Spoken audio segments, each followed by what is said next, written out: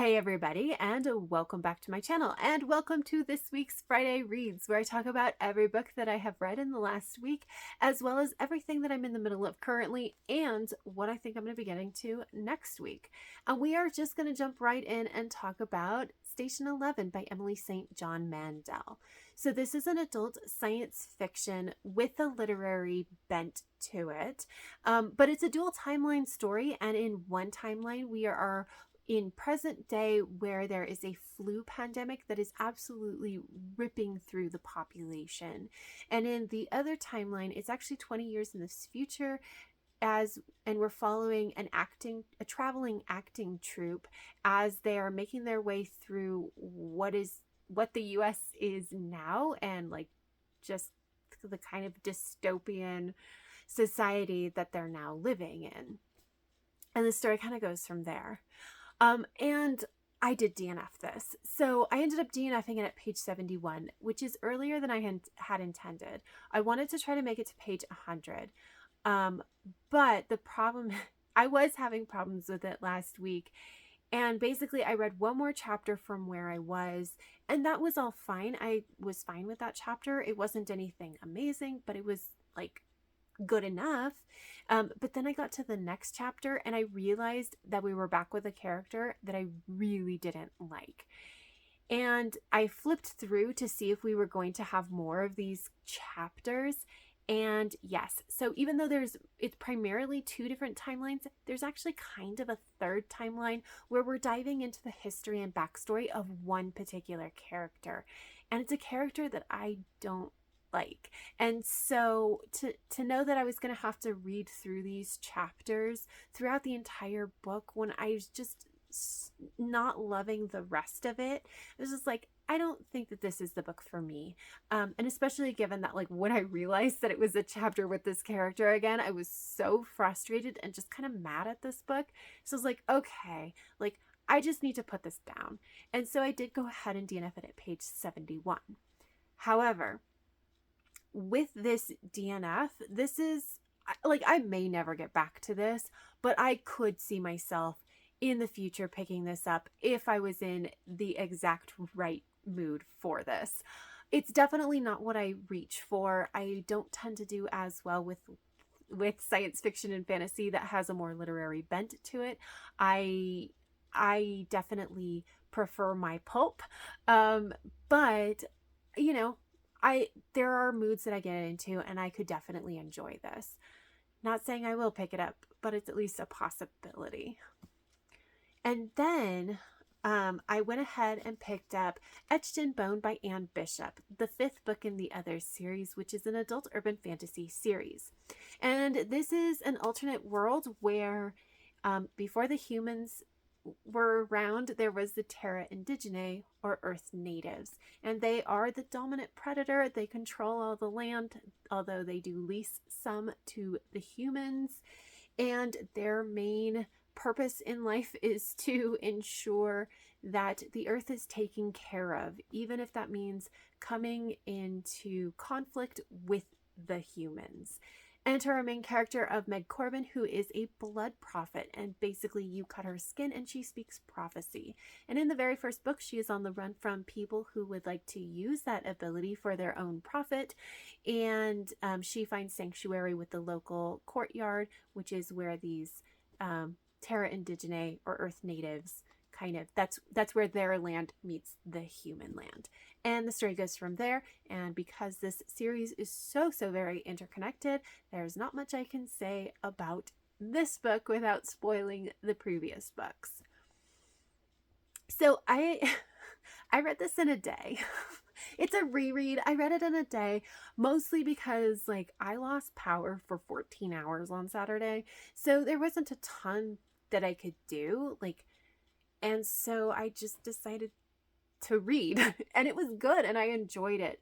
And with this reread, I realized that the quality of this book is actually much higher than I've been giving it credit for, because I think the last time that I read this, I was still somewhat rating on my enjoyment level. But the problem is, like, we have a perspective character in this who is an antagonist, and is wonderfully written and is a horrible person. So I kind of hate being in their perspective, but it is so well written.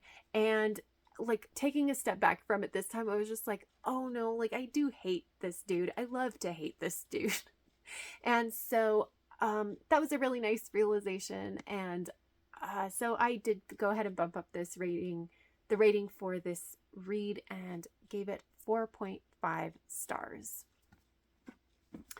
And then I also picked up The Lady and the Highwaymen by Sarah M. Eden. And this is the first book in the Dread Penny Society series, I think. I don't remember exactly the name of the series, but it is an adult historical romance series. And essentially we're following our two main characters. Both characters are actually writers of penny dreadfuls, except one of them is female and really can't be known as a penny dreadful author. So that's Elizabeth. She is also the headmistress of a school. So like if word got out she was writing these books, it would be all over for her. And then our other guy is Fletcher, and he's just well known as a penny dreadful author, but they end up teaming up to solve a little bit of a mystery and end up kind of falling for each other. And the story goes from there. And I really, really enjoyed this. This is a proper romance, which is a name. I hate that title. It essentially just means that there's no sex. And there's not even like fade to black or, closed door scenes. There is just no sex. And I actually appreciate that. Like, I'm more okay with that in historicals. So that's why I felt comfortable giving this one a chance. And in this one, it felt almost incidental that there was no sex because they just really didn't have time for that. They had things to do. They were on an adventure. And so, and again, because it's historical, it felt much more okay, like why there was not more discussion of the physical aspects. So yeah, I think that this is just absolutely delightful. And we get to read some of the chapters of their penny dreadfuls throughout this novel. And sometimes I was really happy with that, and sometimes I was just like, yeah, I kind of know what's coming next. Okay, let's get through this. But the thing that I really appreciate is that this book itself almost feels like a modernization of a penny dreadful, where it's still kind of dramatic and adventurous and just got all these components, although it takes it a step back from super over the top. And it's just, honestly, it was a lot of fun. And this one I did not read in a day, but it was a close thing. I only had 50 pages left. So I mean, I really enjoyed it. I will be continuing this series, and I ended up giving this 4 stars. So now, what am I in the middle of? Comeuppance Served Cold by Marion Deeds. And this is a novella. It's a historical fantasy novella.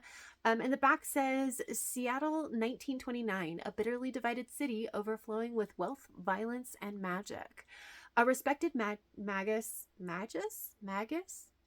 I don't know how to pronounce that word. And city leader intent on criminalizing Seattle's most vulnerable magickers hires a young woman as a lady's companion to curb his rebellious daughter's outrageous behavior. The widowed owner of a speakeasy encounters an opportunity to make her husband's murderer pay while she tries to keep her shapeshifter brother safe. A notorious thief slips into the city to complete a delicate and dangerous job that will leave chaos in its wake. One thing is for certain, comeuppance eventually waits for everyone. So this sounds so fascinating. I do get the newsletter from Tor.com. It's one of the very few that I am actually signed up for. And I saw this and I was just like, yes, I have to read that. And then my library got it in. So it's just like, oh, perfect. And so I picked it up. I'm now on page 34. So not even very far into it. I kind of had to stop reading to do other things that needed to get done. And so I just haven't gotten very far into this, but I am very much enjoying this. It seems like it's going to be, yeah. So says this pull quote on the front says, "This fierce magical heist tale is as smooth as gin and jazz." And I was just like, you know, and then on the back it says, "Catnip for those who like watching con artists walk the tightrope of trickery and lies." I was just like, that sounds perfect, and that's feels kind of like what I'm gonna get in there already from just the 34 pages in. So yeah, I'm really enjoying this book so far. So next week, I am going to try really hard to finish Comeuppance Served Cold. I want to finish this book, so hopefully it doesn't actually take me all that long to get to it.